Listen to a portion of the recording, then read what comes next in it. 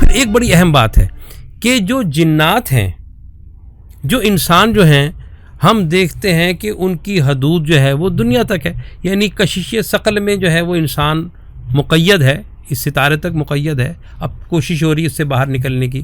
جنات کے بارے میں ہم کہہ سکتے ہیں کہ وہ باہر نکلتے ہیں ایک لمٹ کے اندر، ارض و سما، اس سے آگے ان کا اثر و نفوذ ہے ہی نہیں، ممکن ہی نہیں اس سے پہلے۔ لیکن یہ جو ملائکہ ہیں ان کا دائرہ وسیع ہے،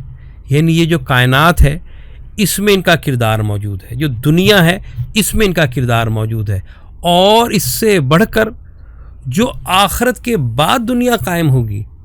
وہاں بھی جنت میں ان کا کردار ہے، جہنم میں ان کا کردار ہے، وہاں نظام سنبھالیں گے، حتیٰ کہ جو خدا کا عرش ہے وہاں پہ بھی جو ہے وہ ملائکہ کا کردار ہوگا، اس لیے کہ وہاں پہ بھی کوئی نہ کوئی نظم قائم ہوگا۔